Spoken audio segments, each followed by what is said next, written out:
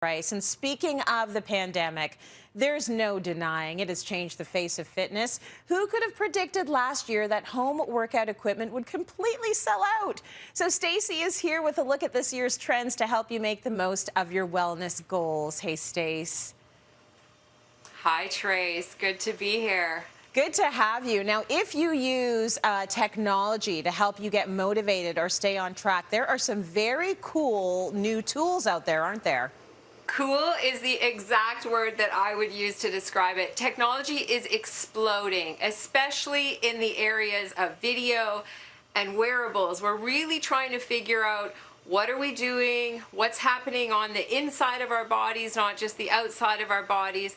One good example is when we started all this training at home and all this virtual rehab, you can imagine there'd be people down in these dark basements and we couldn't really see what they were doing.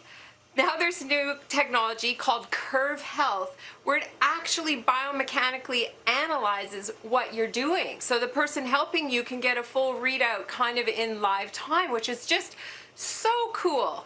I'm wearing what's called a Whoop band right now, and the Whoop band again looks at what's happening inside my body as a result of my sleep and my training. So it's looking at heart rate variability, and it's giving me some great information about my overall health. This technology is going to be really helpful for lots of us who want that little extra bit of motivation. Huge motivator. I mean, I live for the watch. Honestly, I'm getting up and doing things just to close my ring, so it works. So let's talk a little bit about home gyms. Are they here to stay? I really hope so. And here's the thing. Before the pandemic, I think we thought a home gym had to be a very big space with lots of equipment in it. We now know that it doesn't. At home, we converted an old hallway into a gym. We threw some turf down, we put up some mirrors, and as you know, equipment was nowhere to be found. You can create a home workout space with simply a piece of turf, maybe even like an outdoor carpet or something like that. All you need is a clear space. You don't need lots of fancy equipment. I really hope that this trend continues even after we're able to go back to our fitness classes.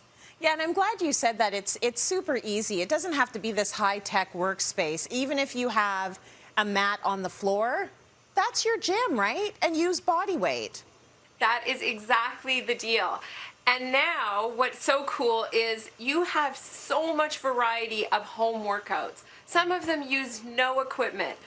I can't even imagine what Jane Fonda is thinking of right now, because she kind of started this whole trend of online and, you know, video. I remember putting my VHS big tape into a machine and jumping up and down on my mom's rebounder. Things have exploded. We have Peloton, we have the Mirror, we have YouTube workouts, Instagram live workouts. Chris Hemsworth even has his own workout platform right now. What are you seeing when it comes to nutrition trends?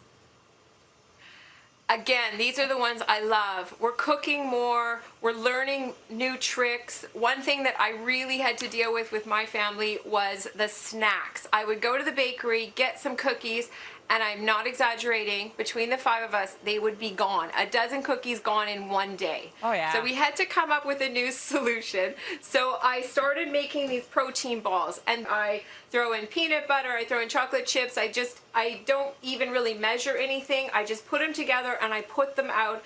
And I say, okay, 1 ball each for the day. That's it. Now, the past year has taken its toll on our mental health as well. Anything trending when it comes to mental health, Stace? So many great things. So even at Totem, we started a virtual wellness platform. There are many platforms out there. We can do Calm, we can look at Headspace. I really, really encourage you to do this, because these are life skills that are going to help us deal with the stress, and they're going to help us adapt to any new challenges that come.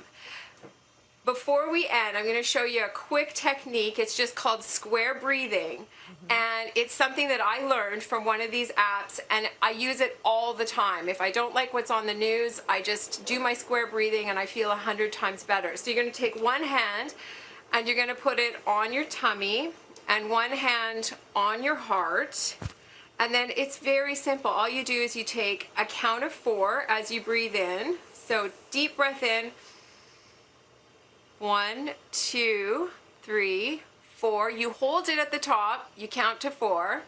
1, 2, 3, 4. You breathe out for 4. 1, 2, 3, 4. And you hold it at the bottom and you count to 4 again. And so you can see how it makes the square. It's something different to focus on. It's something that allows you to calm down and deal with the stress in a really positive way. First, we got to acknowledge that it's there, and then we got to come up with techniques of how to deal with it. So good to pass on to the kids as well. They're stressed too. Stacey, thank you so much.